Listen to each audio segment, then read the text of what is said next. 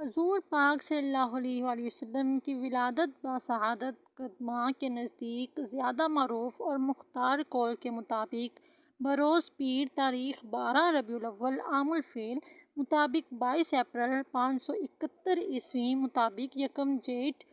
267 بکرمی بعد طلوع صبح صادق قبل طلوع آفتاب ہوئی۔ بقول قاضی سلمان منصور پوری اس دن مکہ معظمہ میں صبح صادق کے طلوع 4:20 پر ہوا تھا اور یکم جیٹھ کی تاریخ کو شروع ہوئے 13 گھنٹے اور 16 منٹ گزر چکے تھے۔ عرب میں آج کل جو دوسرا نظام الاوقات مروج ہے اس کے مطابق اس دن صبح صادق کا طلوع 9:57 پر ہوا تھا۔ حضور صلی اللہ علیہ وآلہ وسلم کے نسب مبارک کے حوالے سے روایات میں آیا ہے کہ آپ کا نور اقدس جس پشت میں منتقل ہوتا اس کی پیشانی میں چمکتا تھا، حتیٰ کہ المواہب میں ہے کہ حضرت عبد المطلب کے بدن سے مشک کی خوشبو آتی تھی اور رسول اللہ صلی اللہ علیہ وآلہ وسلم کا نور مبارک ان کی پیشانی میں خوب چمکتا تھا اور اس نور کی ایسی عظمت تھی کہ بادشاہ بھی ہیبت زدہ ہو جاتے اور آپ کی تعظیم اور تکریم کرتے تھے۔ حافظ ابو سعید نشاپوری رحمۃ اللہ علیہ نے ابو بکر بن ابی مریم رضی اللہ تعالیٰ عنہ سے اور سعید بن عمرو انصاری رضی اللہ تعالیٰ عنہ کے ذریعے سے حضرت کعب الاحبار رضی اللہ تعالیٰ عنہ سے روایت کیا ہے کہ جب حضور صلی اللہ علیہ وآلہ وسلم کا نور مبارک حضرت عبد المطلب میں منتقل ہوا اور وہ جوان ہو گئے تو ایک دن حتیم میں سو گئے، اٹھے تو آنکھ میں سرما اور بالوں میں تیل لگا ہوا تھا اور حسن و جمال میں بڑا اضافہ ہو چکا تھا۔ انہیں بڑی حیرت ہوئی۔ ان کے والد انہیں قریش کے کہنوں کے پاس لے گئے اور سارا ماجرا بیان کیا۔ انہوں نے سن کر کہا کہ اللہ تعالیٰ نے اس جوان کی شادی کا حکم دیا ہے، چنانچہ انہوں نے پہلا نکاح کیلا سے کیا، پھر ان کی وفات کے بعد فاطمہ سے نکاح کیا تو ان کے نصیب میں نور محمدی صلی اللہ علیہ وآلہ وسلم آیا اور ان کے بطن سے حضرت عبداللہ متولد ہوئے۔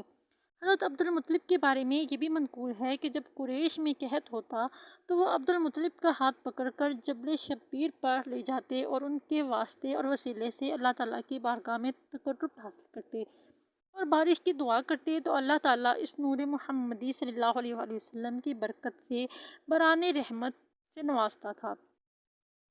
کتب سیر و فضائل میں بکثرت مروی ہے کہ جب ابرہہ بادشاہ کے اصحاب فیل نے خانہ کعبہ کو منہدم کرنے کے لیے مکہ معظمہ پر چڑھائی کی تو حضرت عبد المطلب چند آدمیوں کو ساتھ لے کر جبل شبیر پر چڑھے۔ اس وقت آپ کی پیشانی سے نور مبارک اس طرح چمکا کہ اس کی شعاعیں خانہ کعبہ پر پڑیں۔ آپ نے قریش سے کہا کہ بے فکر ہو جاؤ، اس طرح نور کے چمکنے کا مطلب یہ ہے کہ ہم غالب رہیں گے۔ حضرت عبد المطلب کے اونٹ ابرہہ کے لشکر والے پکڑ کر لے گئے تھے۔ آپ ان کی واپسی کے لیے ابرہہ کے پاس گئے تو وہ حضرت عبد المطلب کی نورانی شکل اور پیشانی میں چمکتے ہوئے نور کی عظمت اور ہیبت سے مرعوب ہو گیا اور فوراً تخت سے نیچے اتر آیا، آپ کی بے حد تعظیم کی اور آپ کو اوپر بٹھایا۔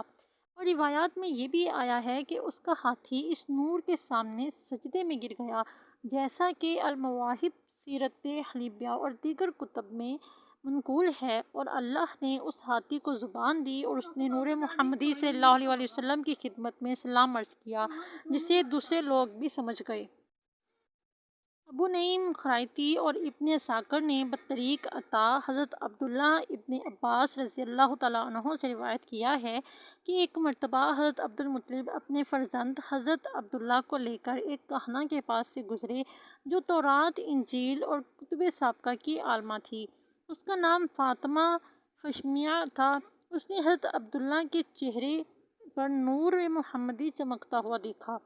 تو حضرت عبداللہ کو نکاح کی دعوت دی، مگر آپ نے انکار کر دیا۔ پھر مذکور ہے کہ آپ کا نکاح جب حضرت آمنہ سے ہو گیا اور نور محمدی ان کے بطن میں منتقل ہو گیا تو ایک روز حضرت عبداللہ اسی فاطمہ نامی کہنہ کے پاس سے دوبارہ گزرے۔ اس نے آپ کی طرف توجہ تک نہ کی۔ حضرت عبداللہ نے پوچھا، کیا بات ہے؟ اس وقت مجھے دعوت نکاح دیتی تھی اور آج توجہ تک نہیں کرتی؟ اس خاتون نے جواب دیا، جس نور کی خاطر میں آپ کی طرف راغب ہوئی تھی وہ کوئی اور خوش نصیب لے گئی۔ اب مجھے آپ سے شادی کی حاجت نہیں۔ میری خواہش تھی کہ وہ نور مبارک میرے نصیب میں ہوتا، مگر اب ایسا ممکن نہیں رہا، وہ نور آپ سے جدا ہو چکا ہے۔